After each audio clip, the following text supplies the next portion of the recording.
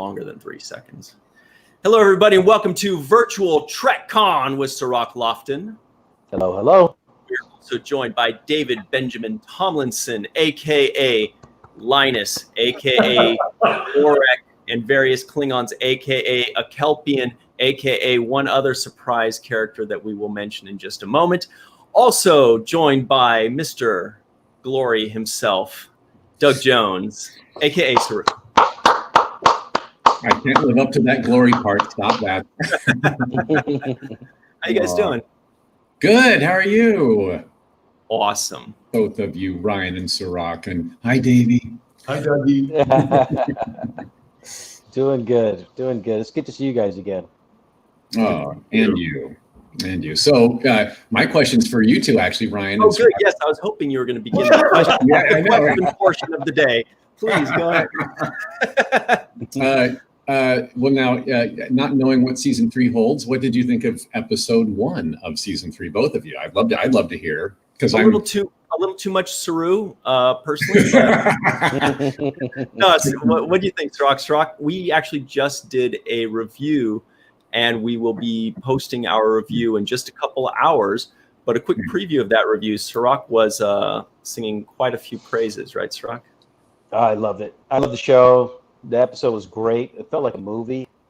I mean, the cinematography, the wardrobe, the performances, and the storyline, just really interesting. And I feel like they just hit the reset button on your show, and we're getting a fresh kind of blank slate.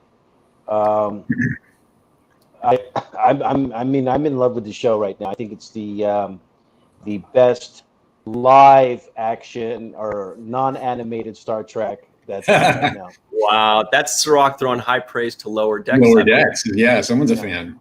Yeah, and it's inevitable to hit that reset button when you jump to the future like we did. There's no you have to hit the reset button. We got to start somewhere new now. Yeah, but I like the way they did it with the new character they introduced with Booker, this Cleveland Booker character, who really reminds me of an Idris Elba in a lot of ways. Just very much. Me too. I thought the same thing. Yeah.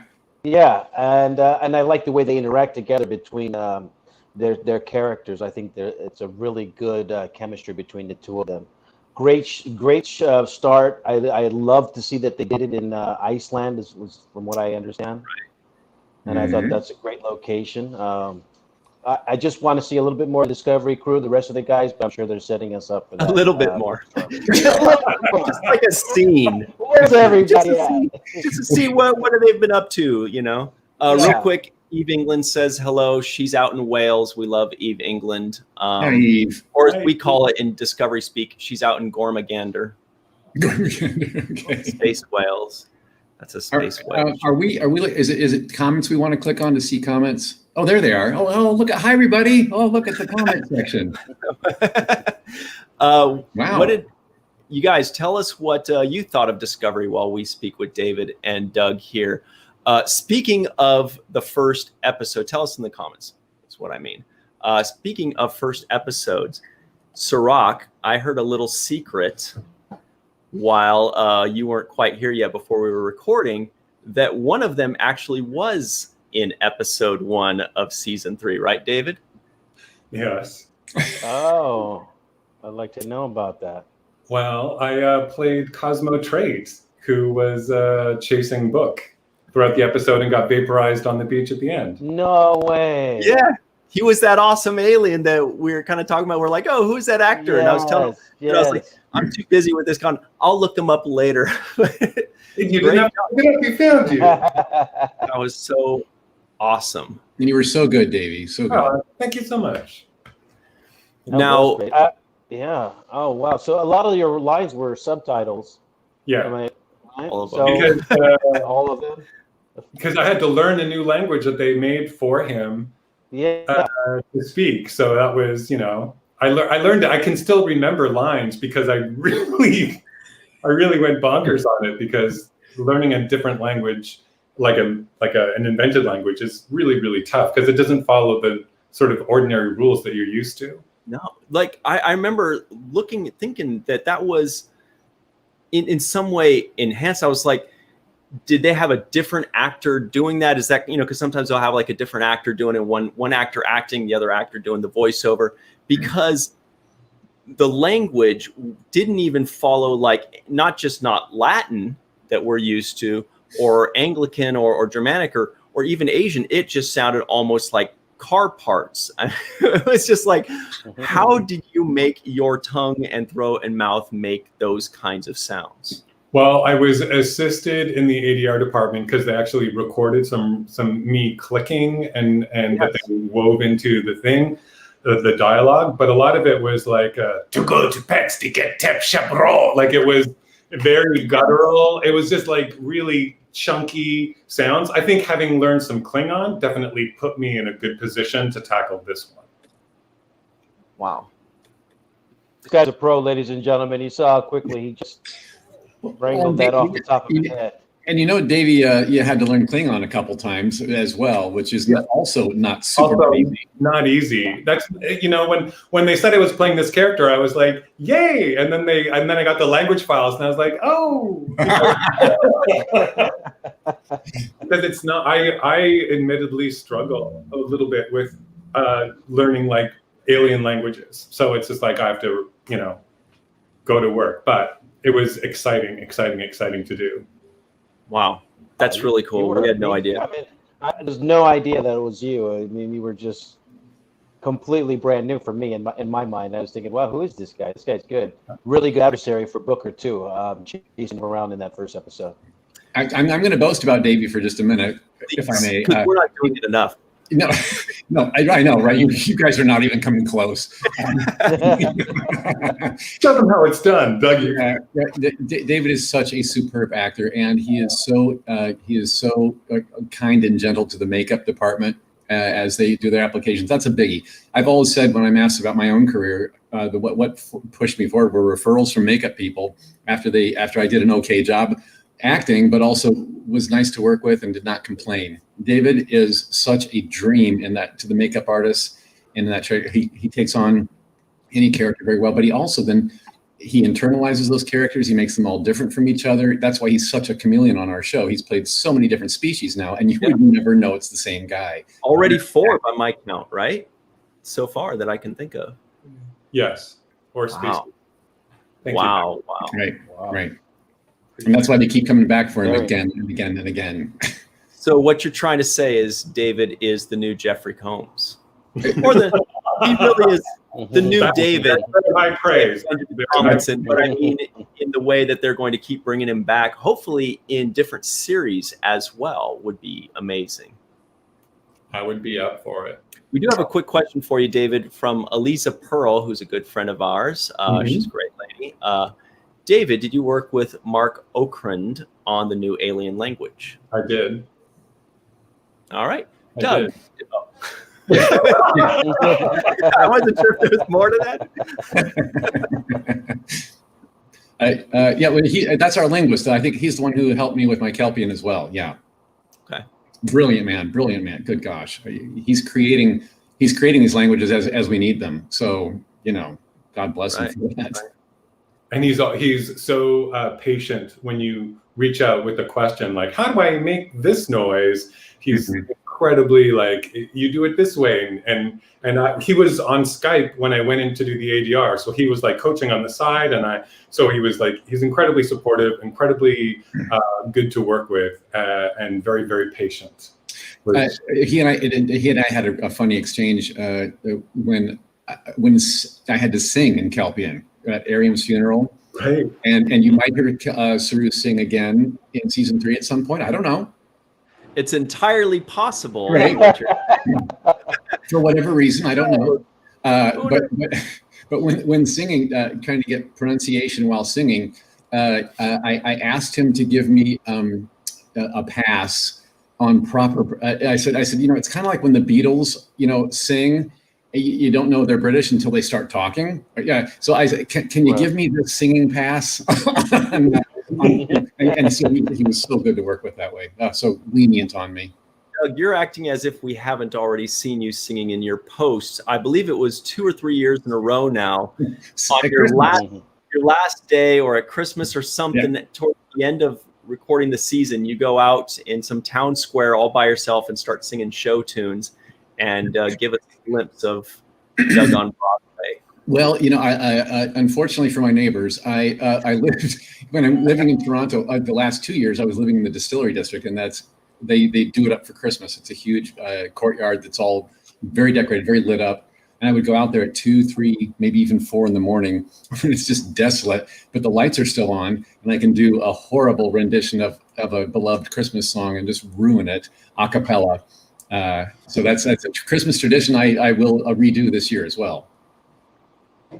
It's not horrible, obviously. By the way, Tom Casey says, showing my support. Shout out to Discovery. Fantastic show. A special shout out to Doug Jones, a fantastic actor. Love that, Tom. Love you, Tom. Thank you. And Yvette Blackman says, The Seventh Rule, hosted by Doug Jones. Doing my best. Thank you. David, I had a follow-up question to something you said, and sorry to say that I don't remember it. So just imagine that I did say something very clever right now.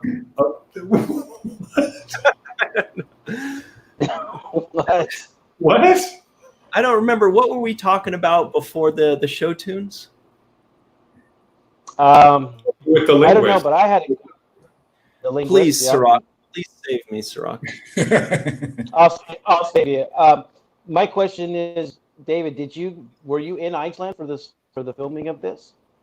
I was in Iceland. Yeah, I was there for the end scene where Cosmo is vaporized on the beach. I was on a beach in Iceland that day. It was unbelievable. It was. Can you tell me a little bit about the wearing all that stuff and being? Was it cold? Was it cold in Iceland? I imagine it's cold in Iceland. It was sort of like spring weather, if I remember correctly. It was July, right? Early July. Yeah. So we're sort of like there early. I forget what season it is there when it's July here. But anyway, it was cool, but I had layers underneath. I'd gotten used to the prosthetic. We had done a fitting, and so I'd sort of found the character. And walking onto that beach, it's like this black sand lava beach. There's the unbelievable clear water, and on the other side, the mountains. And you're just like, I've never seen this before in my life. So instantly you're transported. Instantly you're in an alien. Like, no acting necessary. I'm on another place completely. And then I had a great rapport with the actor who was playing Ethor, a trauma actor named Jake Michaels, and he and I had a ton of fun in that take in that scene where he vaporized me, and it was fun to have that kind of rapport and a friendship in that scene. It was. What can you tell us about that lobster worm monster that was out there? Was that just like a big, just a dude holding a tennis ball for everybody to? It was a stick in a green bag for us, and when I saw it last night, I was just like, oh, scary. A trance worm. Is that what it was? A trance worm? Yeah, gorgeous. Yeah. For us, it was a stick and a ball. That's got to be the hardest thing in acting, is when you're acting against something that will be CGI'd in later. Sure, but because of where we were, because the alien environment was so alien and already so taken care of, I'm like, yeah, I have more acting energy to put towards the stick and the pole, because I'm feeling this right. I'm feeling this prosthetic and the posture, and like it all was an unbelievable experience. It was. Cool. I'm glad you brought that up, because I wanted to ask Doug, when you're doing your performances with a green screen, does that change how you approach things? Or because obviously it's easier when you're in a place that's the atmosphere lends to your ability to perform. How do you feel about green screening things? Yeah, no, well, it is, of course, it is preferable for an actor to have the environment around you. Like, for instance, I'm going to refer another movie. When I was in Hellboy 2, there was one particular scene in the troll market that was no CG. It was an actually huge built outdoor sort of vendor market with a bunch of creatures crawling around it. all real. When we were plunged into that, it was like it was great to interact with the environment around you. Green screen is a little different. You just have to put all that into your imagination and picture it all there, and still react to it the same. Your job as an actor doesn't change at all, but it's just a little bit easier when you can see it in front of you. Yeah. Yeah. All right. Well, here's the elephant in the room that we've all just been wanting to ask. So here it comes. Will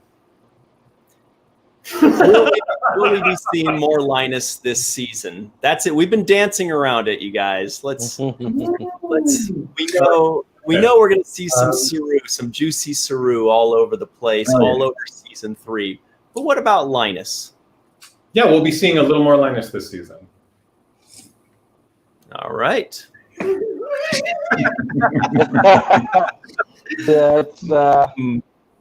That's a nice kosher way to say it. And I'm going to speak up and just say that I love Linus so much. I'm so envious that Davey gets to play him. But I can't imagine anyone doing a better job with it. I wouldn't come close. Whenever he's on screen, it's always good for a laugh. It's a lighthearted moment, and he's so adorable. You just want to pet him. I love Linus. And I'm still hoping for that Saru Linus chess game or that conversation or something. Yes. Those two together. I want that.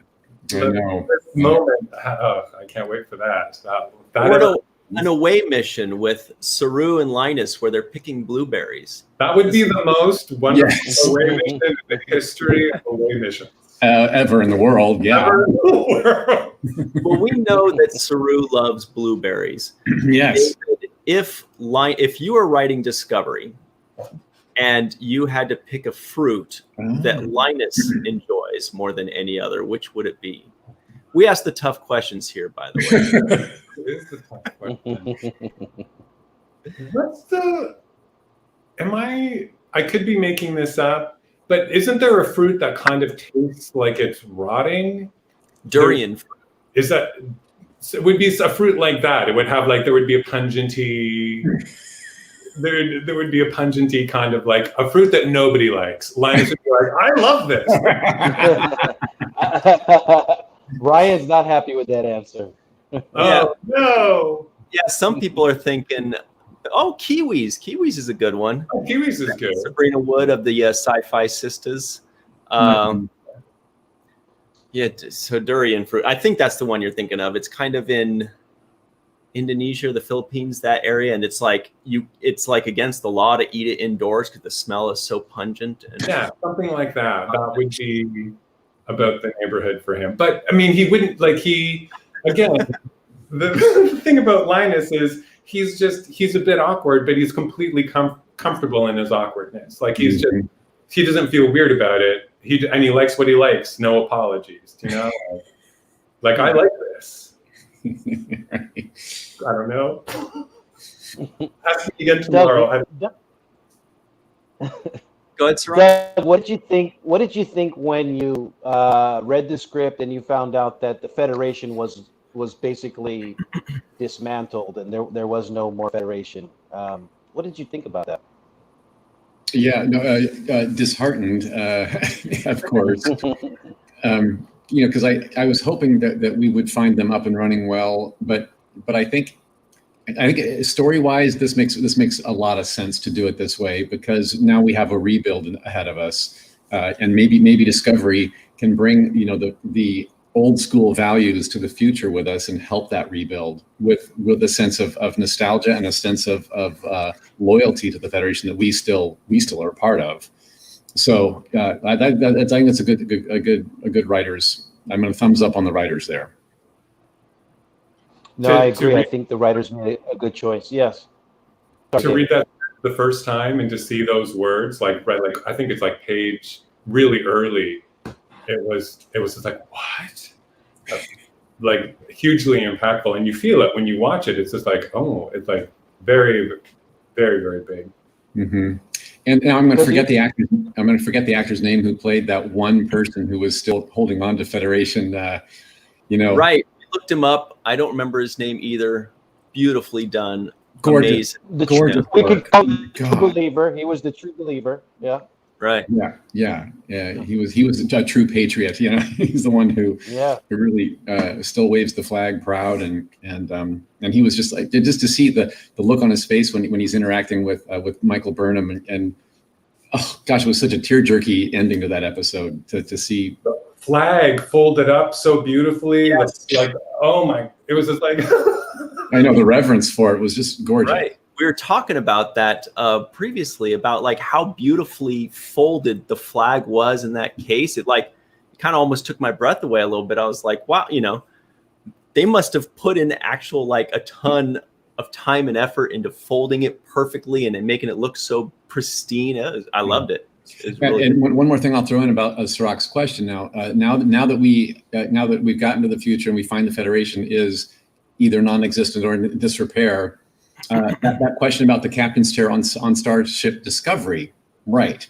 The conversation was, will the Federation want to assign us a captain from the future that understands that time better than we do, to get us up to speed, or will we self-govern that captain's chair? And that would be between Michael Burnham and Saru, maybe, to discuss, as we hinted at the end of season 2. So now that the Federation is in disrepair, I think we have the answer to that question now. It's narrowed the field down for the captain's chair. So come on, baby. Do you like your chances? Oh, I don't want to boast.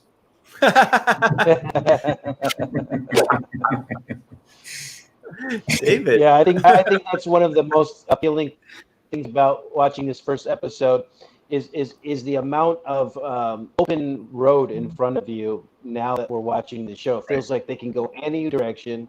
I'm so anxious to see, what Discovery's doing, alone in the universe out there. Like, how are they going to get found, and what's going to happen with the characters. But I do think they made a very good choice for the writers did, as far as introducing a concept that we've never really considered before. We usually think of the Federation as a fixture, they won't go anywhere, they'll be here for eternity. And this is really good for us to chew on and think of, oh wow, we could lose it. And how timely for us too, as the world is now trying to rebuild with this COVID nonsense. Right. This is really, and we didn't know this last year when the writers were writing and we were filming all this whole storyline. Had no idea of the rebuild that was ahead of us in the real world. So I hope that we get through all this as with as much grace as the Federation hopes to. Very quickly, I was hoping they would bring this up. Gaylenda B says Aditya Sahil was the actor. That's the guy that. Yes. There you go. And he was fantastic. Sonequa Martin Green, our lead actor, said, because she worked with him, and I think she said that he was such a studied actor in real life, he actually bicycled around various parts of the world, interacting with people of all cultures so that he could just ingest it as an actor. And I think that's why something comes through his eyes that is just unrecognizable to me, because I'm a horrible actor, but he's good. He's good. Right. Oh, I'm a hack. No. Yeah, right. But that scene did bring tears to my eyes, and I was thinking to myself, am I watching Star Trek and I'm crying here, and this is bothering me that I'm so affected by it.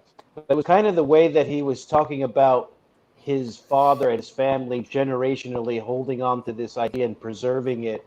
And it just made me think of how we have such a responsibility to carry on so much tradition from generation to generation. Mm-hmm. And to be like the last person holding on to like the last piece of of ground was kind of something that moved me. Just thinking about all the people that have held on for us to be here. Hey, Cirroc, your video's a little choppy. If you've got any apps open, check to make sure. Maybe you can close those out. I don't know if you've got any open. But I did want to ask you guys, but we did hear everything you said, though. We still hear you just fine. Okay. So now we're in the future. I feel like you've probably heard 100 questions already about, okay, so you're in the future now. What next, right? But I would think that there's something very liberating about the fresh start of going into the future, because when you're in the past, we already kind of know how this story ends eventually. We know Kirk and Spock, we know Picard and all that kind of stuff. So there's this, you're kind of writing in a box. You have to write within the confines of what's already pre-existing. But once you move into the future, you can do whatever you want. That's it. We're free. But maybe there's more pressure in that regard. And I was just kind of wondering, you know, as actors, you guys feel that a little bit less because you're not writing this. But do you guys have a sense of whether it's more of a feeling of freedom to write whatever you want and start over, or if it's more of the pressure of, okay, now there are no more training wheels. We have to just go and do, you know, something amazing without anything already surrounding it? I think it's an opportunity for the writers to just let their imaginations go wild and conceive new and exciting things. And I feel like you will see some of those things. It's a huge creative opportunity for some really bold storytelling, which they've totally stepped up to the plate and delivered this season. So, right, and they can step outside of the confines of canon and create and keep continuing creating canon from this point forward. That's been very liberating for the writers, I do believe. Yeah. Horace agrees with you there. He says Discovery can now create its own canon. There you go. And I don't know if you guys realize, but fans take their canon very seriously. Oh, so I've heard. You may have seen it once or twice online, the word canon being tossed around. No big deal. Nobody really cares that much. Often with angry demon faces, emojis thrown in. The purple one. Right. Cirroc, looks like your video is all set. Looks like it's all good. Whatever you did, looks fine. Okay. Kind of. So Deadline just told us that you guys are now ramping up for production of season 4 already, which is pretty cool. So we're going to skip all the spoilers of season 3. And what are the spoilers for season 4? Tell us all about, boy, we want to hear all about it. Well, I guess I was going to say something, but I'm not going to. Probably can't even say that either. We're one episode into season 3, and you want spoilers? No. Well, I think you can tell us a little bit about filming during COVID and the complications that's caused. Right. Well, I feel we're blessed to be back at work at all. So November 2nd, cameras are going to roll. And the preparation for that has, all of us in the cast for all of us Americans in the cast had to return here with enough time to quarantine for 14 days by the Canadian government standards. And then I already had 2 COVID tests since I've been here. We're going to be tested. We're going to be COVID tested 3 times a week while in production. And then the departmentalization of everything on set is going to be, there's going to be different, department bubbles around. Much less intermingling, fewer people on set. I think, and like David was mentioning before, maybe a shorter workday as well. We're not sure, how this is going to go. So it feels like a big COVID dance, and we're going to throw some filming in just to to make a show while we're at it. That's something that I've been kind of wondering is I feel like background actors or people with one line are largely going to get eliminated as much as possible in productions nowadays, because you have to minimize the amount of people that are in any given room at any given time. Sure. Do you feel like, and this is just a guess, do you feel like you will see, or we will see, less background aliens in the marketplace, or less marketplace scenes completely, or less people with one line just thrown in here or there?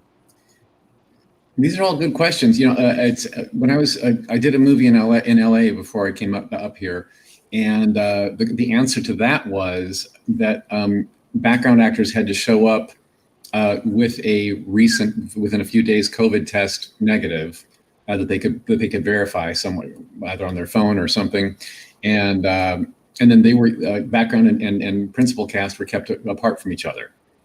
So I don't know how that's. There's going to be a lot of CG used, I think, from this point forward for the time being, where you film your crowd scene and then you put a principal actor on green screen and you fill them in later. That's kind of what it feels like. You and Schmidt agree on that. Yeah. Any thoughts on that, David? I'm fascinated to find out. I mean, they will have been writing this season through the last many months.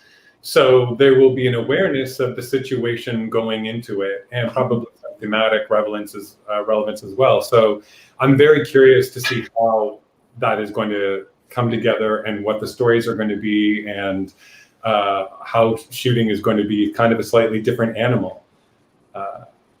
I'm excited for the challenge of it. I think everyone's excited for the challenge of it. It's an interesting problem to try to solve. It's a good way to look at it, but it does sound stressful. What were you going to say, Cirroc? No, it does sound stressful. I actually had a question about how much longer we're going to see this Cleveland Booker character. Is he something that's going to be we're going to see for a long time, or is he going to kind of phase out in a little bit?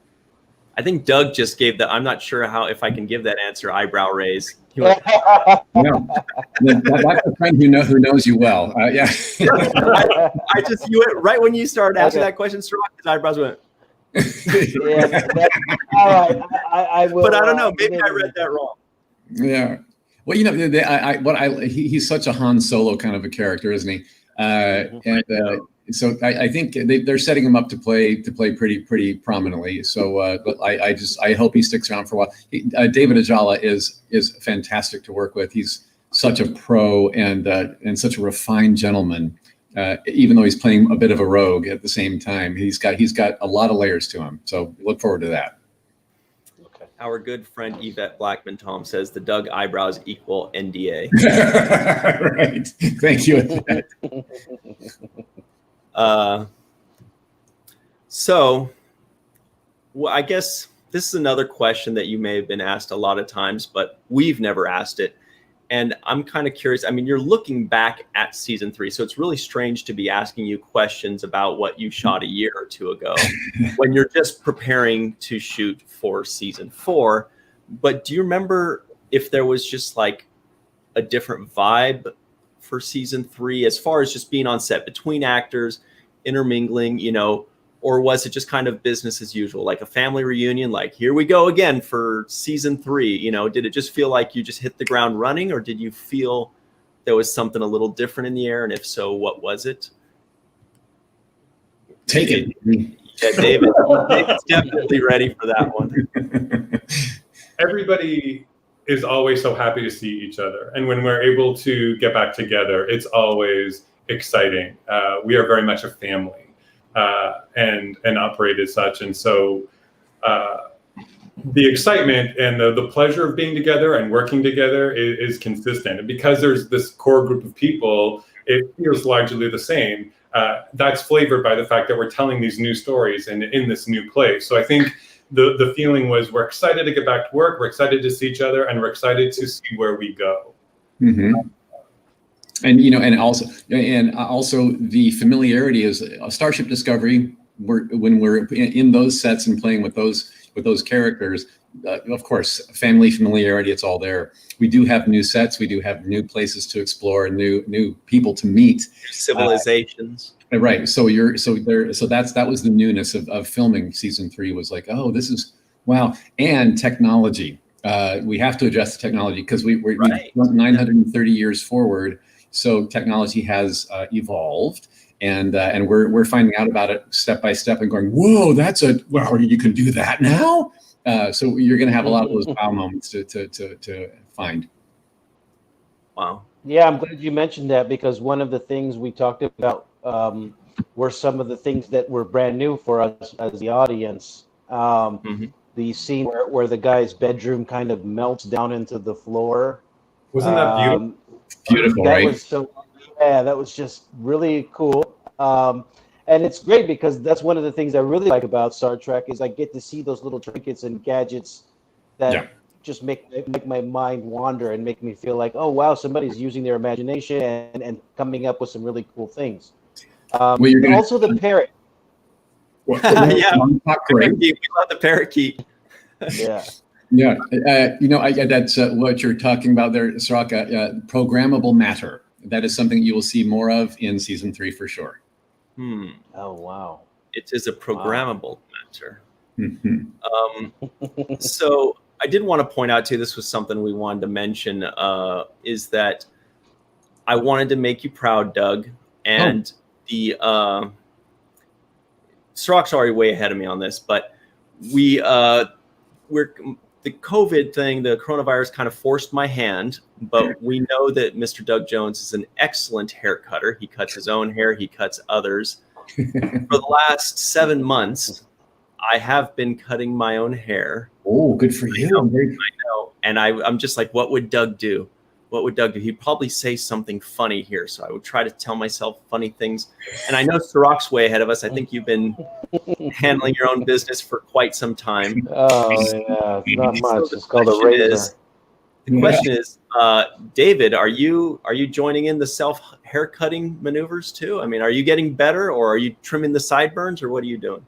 In the very early days, I did cut my hair with a trimmer. Scary, right?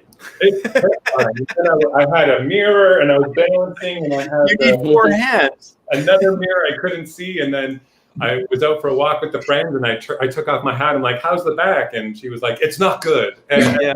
I know. So she's bringing scissors. So we went to a park, and she's cutting hair. We're putting the hair in a bag, and precious. And she fixed it. And so then, when the barber shop opens in the summer in Toronto, I masked up and went to a barbershop that was operating very smart parameters, and then went in and they did it.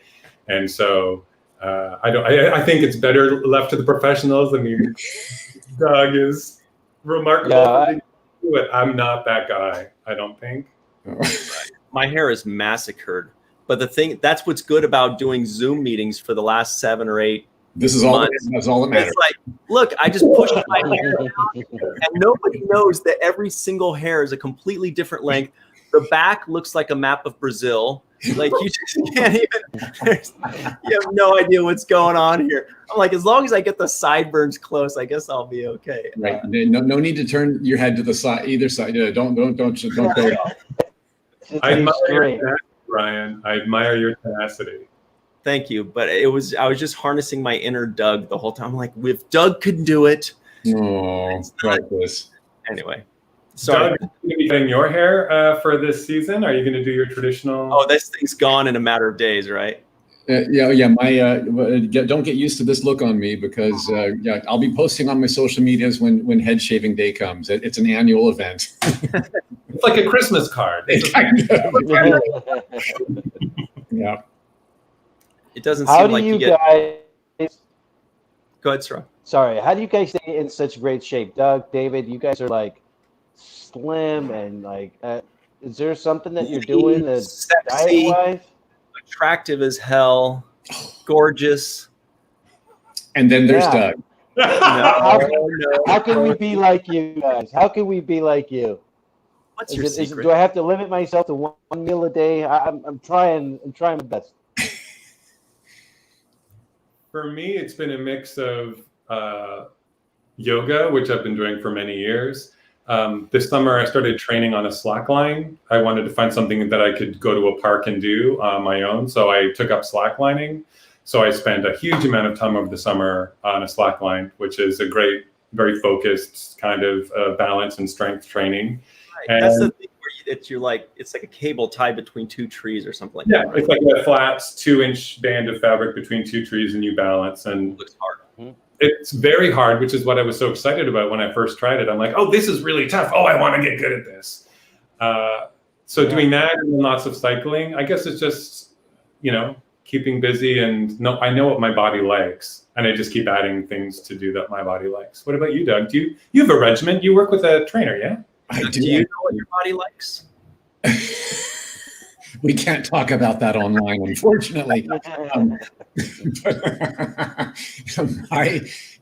Yes, if you look at my social medias, you'll see a post here and there with wellness coach Steve Atlas, who is like this big, buff, amazing man, and he's all about flexibility, mobility, in addition to strength and the aging process. He's very, very careful with us as we age, and I just turned 60 this year, so.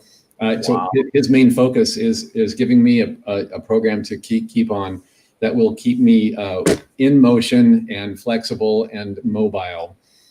So I have been doing some little weight training and here that I've been in quarantine, I brought my resistance bands with me, so I've been looping them around anything that'll hold them before I tear something off the ceiling. And yeah, another key thing is I think. I've always been a tall, skinny person. I don't know about you, Dave, forever, right? So we kind of fit in the ectomorph family of body types. But I've always been able to eat whatever I want, whenever I want, and I've stayed as skinny as a rail until about a year ago.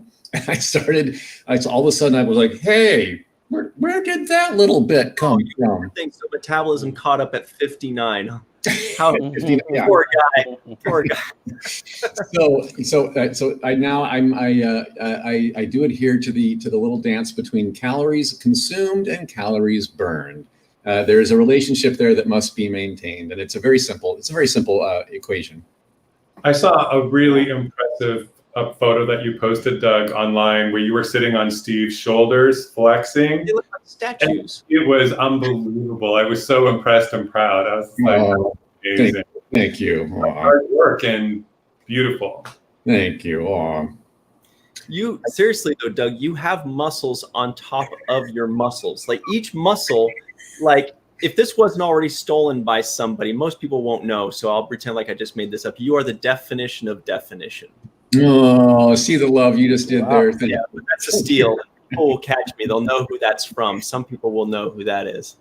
But you are also, and I'm sorry that the sun is coming down into your eyes. This condo I have here in Toronto is all glass on one side, and it faces west, as you might imagine. So I feel like I'm 4 inches away from the sun itself. Like, yeah. So I'm hiding behind the kitchen island in hopes of like you being able to make out my face, but this sun right now, that's coming through the blinds. That's how bright it is. Oh wow! Yeah. So I can't. Yeah, I'll just here. Here. Let's play down here. Okay, that's better. Oh. Doug, is that your knees we're seeing? Those are my knees. I'm wearing short pants. I'm not wearing underwear. I mean, I am wearing. Oh God. Let me start over. It's okay. It's virtual meetings. You can wear what you want. Dear sakes. Don't you guys have questions about something else? David, are you wearing underwear? I'm wearing underwear. It's on business at top and then cut off shorts. You know. Great. Good enough. I can show you my knees. You know. Easy. All right. I guess it's knee days. All right. There's my knees. There it is. Yeah. There you go. That's what I'm talking about. I'd show you guys my knees, but nobody wants to see that, and then they would know I'm not wearing pants.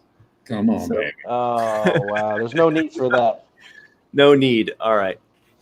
Belinda agrees with you guys. They think this is very funny. Doug, what's up with Hocus Pocus 2? Oh, I don't know. Hocus Pocus 1, of course, is playing in high rotation on television again this month, as it always does. And with it has come a whole bunch of conjecture about that Hocus Pocus 2 rumor that has been going on for 7 years now. So I hope and pray that it does happen. That would be great. And if so, it would have to start with the three witches being in talks first and get their contracts in place before they come to the cast, the kids and me. But if offered, are you kidding? I would kill to be back in my Billy Butcherson look again in a film. Now I'm going to tell you something. I did get back into my Billy Butcherson look recently, makeup, costume, everything from the original movie. And it looked like 3 minutes had passed in the last 27 years. I looked exactly the same as the movie. And it was for a charity event that is hosted by Bette Midler's charity, the New York Restoration Project. They're doing a Halloween special. And if you, and all of us from the cast have come back to join Bette in a little fun hoo-ha that is Hocus Pocus themed for Halloween. And she pulled in a bunch of huge names to also guest on this charity special, including Elvira, who's hosting it. Wow. And Glenn Close, Meryl Streep, Martin Short, the list goes on, Adam Lambert, the list goes on and on. She got a cavalcade of names to show up in this event. So you can get tickets. It's only $10 to view this on October 30th. But if you go to the website right now, you can get tickets at nyrp.org. That's New York Restoration Project, nyrp.org. And click on tickets, and they'll send you a link when the time comes. Great. We'll add that to the description box of this video shortly. And yes, go great. And you'll see me as Billy Butcherson again for the it looked no. I took pictures and a little bit of video that I put on my socials before this airs. But it's gonna be good fun. Good fun. How did it feel to be back in that prosthetic, and how did it feel? Right. It was my original costume that they pulled off of a dummy that was on display, and my original wig that hadn't the same exact. They took it off me on my last day, and it went right back on me 27 years later. It's like it looks exactly. Whoever made the hairspray for that wig deserves all the kudos in the world, because it held. Wow. So you were able to zip right back into your costume after 27 years. I haven't changed my body, same size, same measurements, everything exactly the same. Yeah, it was crazy. Wow. We're actually going to get Cirroc to wear his old stuff from the 90s. Yeah. Yeah. Good luck with that. Good luck with that. I got to do a lot of exercises to get. And the purple and red polka dots everywhere. Hey, weren't you 13 back then too? Yeah, exactly. Good luck trying to fit in that stuff. No. So David, we only have a few minutes left, by the way, guys. But David, you live up in Toronto, right? I do, yeah. So you guys are dealing with the pandemic a lot less. So you probably have a little bit more production going. Have you done any work or gotten any chances to do anything, or have you just gone on fun vacations, or what have you done in between the seasons? It's changed. We were in a total lockdown for until about May, June, and then things started to open up. I've largely been doing, I also write, so I've been doing a lot of writing. I can be a little bit of a loner, so it's like me on my bike, or me on the slack line in the park, or me at my computer, having backyard visits with friends. It's been a sort of a largely quiet and introspective time. And when there was rumor of like smaller sets starting to gear up in July, August, and and then talk of the bigger sets starting in, because we have a number of big shows that shoot here in Toronto, and those things have started to happen. So it's exciting. And I think after this time of so much quiet and so much separation, that I'm really excited to go back to work and see my beautiful Discovery family, who I missed, and see lovely Dougie, who's been such a huge ally. Like, if I'm going to do this job, the fact that I've been able to work with Doug and learn from the best in the world, and have his leadership and his unbelievable support and his allyship on set. Like, if you think for a second, based on everything you know about Doug, how wonderful would it be to work with Doug? It is that wonderful and more. He is such a remarkable singular talent. And, our dynamic is one that I cherish and am protective of, and I have so much fondness for. And he's been such a bright light through this process of like insight and learning and conversation and allyship. So, and likewise for Davey too. God, what a godsend that man is. Doug, I know you hear these kind of compliments all the time, but does it ever get old? It doesn't seem like it would. How could I ever get tired of someone? You're great. Oh, stop that! That's how boring. No, are you kidding? I love it. That's really cool. And Dave, as humbling as it is, too, and it's hard. It's hard. I can't say. You know what? You're so right. I can't. I agree. You know what? I am that wonderful. Thanks, everyone. Well, I've never had the chance to work with you, Doug, but the conversations we have and the way people talk about you and what I've witnessed with my own eyes, I think you're really one of the humblest, most accessible, really down-to-earth superstars that I've had a chance to talk to. And I think that you're setting a good example for people out there to be involved, to get to know other actors, to not isolate yourself into a bubble of your own ego, and just caring about people. And I think that really registers and shows for me. Oh, well, me too, you, Cirroc. We'll be on set together one day for something. Maybe another Space Command. Cirroc, I've gotten to work with Doug once or twice before, and you are missing out. It's so good. Oh man, so fun. It's just the best. Boy, oh boy. I can imagine. I can only imagine. And that's one thing that we actually talked about when we interviewed Bob Picardo. He mentioned how giving you are in a scene, and that's one thing that a lot of people who don't understand acting. Some actors want to hog up the whole scene and want to overshine and overpower their fellow actor, and then some are very giving, and they're like setting it up for you to shine and for you to give your lines and be the star of that moment. And I think that that's a kind of unselfishness that you approach acting with. You're not trying to outshine people. You're actually trying to uplift people, and I think that's a credit to a great actor.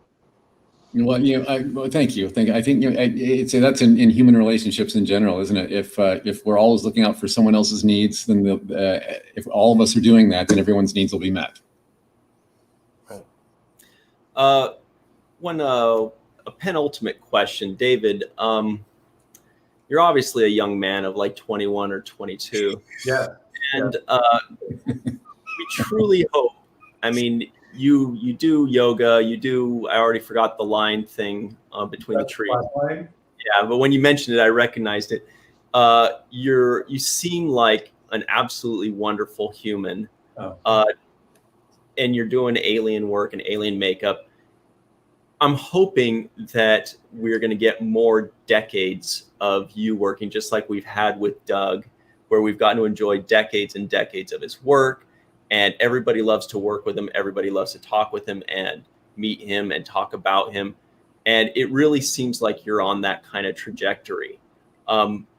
Is there something that you're kind of specifically doing or focusing on to try to make that happen? Are you just really honing on your acting craft? Are you doing the Drew Carey method of just try to be everybody's best friend so that you're the kind of person people want to work with? Is it just kind of taking notes when you're next to Doug and seeing what he's doing? I honestly feel like it's a bit of all of those things. Definitely, I'm working closely with a master of the craft, so I'm always watching. Doug, I'm always watching you. I thought that was you at the window the other day. What? I thought that was you in my bathroom window.